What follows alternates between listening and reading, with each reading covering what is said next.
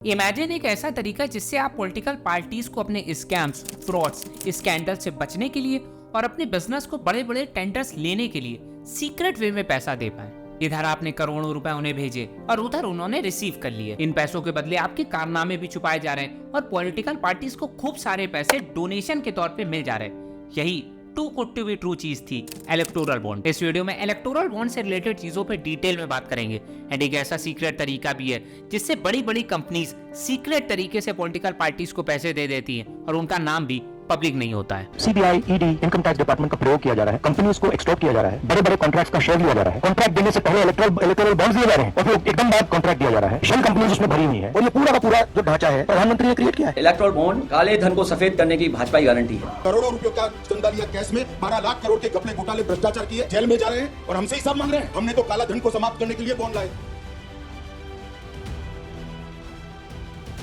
Election commission ने जो list public की थी उसके अकॉर्डिंग जिन कंपनीज ने इलेक्टोरल बॉन्ड बाई किए उसमें से मैक्सिमम पैसा टॉप 5 कंपनीज ने ही दिया है। एंड विश्वास मानिए इन कंपनीज का नाम आपने शायद ही सुना हो। इस कंपनी की स्टार्टिंग 1991 में सैंटियागो मार्टिन ने की थी। इन्हें इंडिया का लॉटरी किंग भी कहा जाता है और इन्होंने 1328 करोड़ रुपीस देके किसी पॉलिटिकल पार्टी की भी लॉटरी लगा दी। कौन सी पार्टी को दिए हैं, किस काम के लिए दिए हैं, ये तो अभी क्लियर नहीं है, बट हाँ अभी के डेटा के अकॉर्डिंग इन्होंने ही सबसे ज्यादा पैसा दिया है। ये कंपनी मेजरली लॉटरी में डील करती है। Future gaming and Santiago Martin की बात अगली वीडियो में डिटेल में करेंगे।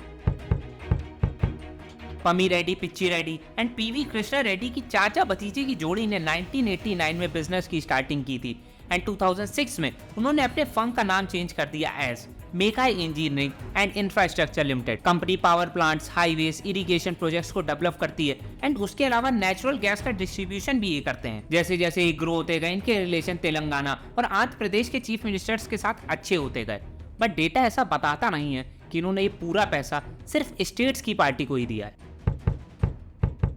इलेक्शन कमीशन ने जब लिस्ट पब्लिक की थी तो लोगों को सबसे ज्यादा एक्साइटमेंट ये देखने की थी कि अडानी और अंबानी ने कितना पैसा दिया है। अडानी अंबानी का नाम डायरेक्टली तो इस कंपनी में नहीं है, बट अंबानी की रिलायंस के कनेक्शन कहीं ना कहीं कोई सप्लाई चेन से तो जरूर जुड़े हुए हैं। Company warehouses and storage units को मैन्युफैक्चर करती है। इनका प्रॉफिट 2021-22 में तो सिर्फ 21.72 करोड़ था, बट उसी साल इन्होंने 360 करोड़ के इलेक्टोरल बॉन्ड खरीदे थे एंड ये टोटल अभी तक 410 करोड़ के इलेक्टोरल बॉन्ड खरीद चुके हैं। टॉप 5 कंपनीज में ये कंपनी ऐसी है जिसका नाम सबने ही सुना होगा। Vedanta mining and oil and gas projects में डील करती है। काफी बार इन्हें एनवायरमेंटल वायलेशंस की वजह से नोटिस मिल चुके हैं एंड शायद इसी वजह से उन्होंने इलेक्टोरल बॉन्ड खरीदे सो दैट ये बिना नोटिस के वायलेशंस कर पाए। वेदांता ने 400.65 करोड़ के इलेक्टोरल बॉन्ड खरीदे हैं।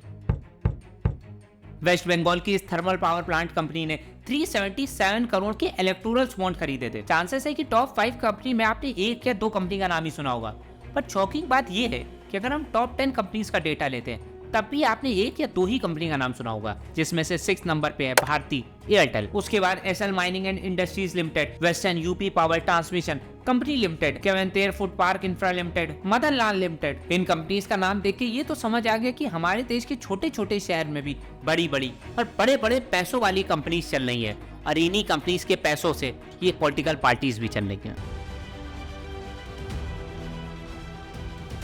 शेल कंपनीज बेसिकली दिखती तो चीटी सी हैं, पर उनके पास पैसा हाथी सा होता है और ये हाथी सा पैसा उनका नहीं किसी दूसरी बड़ी कंपनी का होता है। In short shell companies fake transaction दिखाने के लिए ही बनाई जाती हैं। इन कंपनीज का कोई भी एक्टिव बिजनेस नहीं होता है। इनको ज्यादातर केसेस में मनी लॉन्ड्रिंग, टैक्स इन्वेजन और फ्रॉड के लिए ही बनाया जाता है। फॉर एग्जांपल एक कंपनी है ए जो लॉन्ड्री का बिजनेस करती है। लॉन्ड्री के बिजनेस से वो जो पैसा कमाते हैं उनकी डायरेक्ट कंपनी की बैलेंस शीट में दिखाई देगा, बट कंपनी ये लॉन्ड्री के बिजनेस के अलावा इलीगल तरीके से भी काफी सारे पैसे कमाती है। अब उन पैसों को प्रोटेक्ट करने के लिए वो एक बी कंपनी बनाते हैं। फॉर एग्जांपल वो ऐसा शो कर देंगे कि वो बी कंपनी फ्रूट सेल करती है। अब बी कंपनी ही यहाँ पे शेल कंपनी है। बी कंपनी की बैलेंस शीट में वो पैसा होगा जो ए कंपनी ने इलीगल तरीके से कमाया है, बट बताया जाएगा कि बी कंपनी ने फ्रूट सेल करके पैसे कमाए, बट एक्चुअली ऐसा होगा कुछ भी नहीं। आपको याद होगा लास्ट ईयर जब हिंडरबर्ग ने अडानी कंपनीज पे रिपोर्ट निकाली थी, तब उसमें उन्होंने कहा था कि Adani Mauritius, UAE, Singapore and और भी कंट्रीज में फेक शेल कंपनीज ऑपरेट कर रहे हैं, जहां से वो पैसा अडानी की कंपनीज में इन्वेस्ट करते हैं,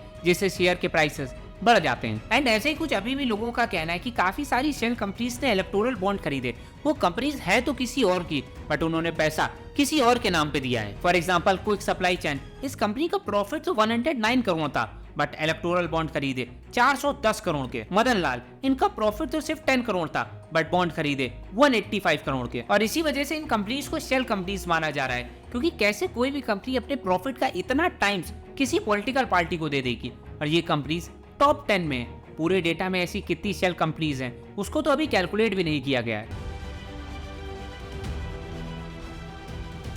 कोई भी कंपनी किसी भी पॉलिटिकल पार्टी को पैसा क्यों देगी? डेफिनेटली उसके पीछे उनका कोई बेनिफिट होगा, मतलब फंडिंग बता के फिरौती दी जा रही है। इसी ने जो डेटा दिया उसके अकॉर्डिंग टॉप 30 कंपनीज में से 14 कंपनीज पे प्रॉब एजेंसीज के थ्रू रेट किया जा चुका है। प्रॉब एजेंसीज में ईडी, आईबी, एनआईए, सीबीआई ये सब आते हैं, जो किसी भी कंपनी से फ्रॉड, इलीगल एक्टिविटीज ये सबसे रिलेटेड पूछताछ करते हैं। और अगर गिल्टी पाया जाता है तो फिर आगे केस चलता है। ऐसी कंपनियों में सबसे पहला नाम आता है future gaming and hotel services का, जिन्होंने सबसे ज्यादा पैसा दिया है। ईडी ने इस कंपनी पे 409 करोड़ का मनी लॉन्ड्रिंग केस लगाया था। मेगा इंजीनियरिंग में इनकम टैक्स ने रेड की थी। हल्दिया एनर्जी पे सीबीआई ने एक्शन लिया था। वेदांता पे ईडी ने रेड किया था। यशोदा सुपर स्पेशलिटी हॉस्पिटल पे ईडी ने ही रेड किया था। इनके अलावा DLF commercial developer limited, Jindal steel and power limited, Chennai greenwood private limited, doctor Reddy's laboratories limited, IFP agro limited, NCC limited, DVS laboratory limited,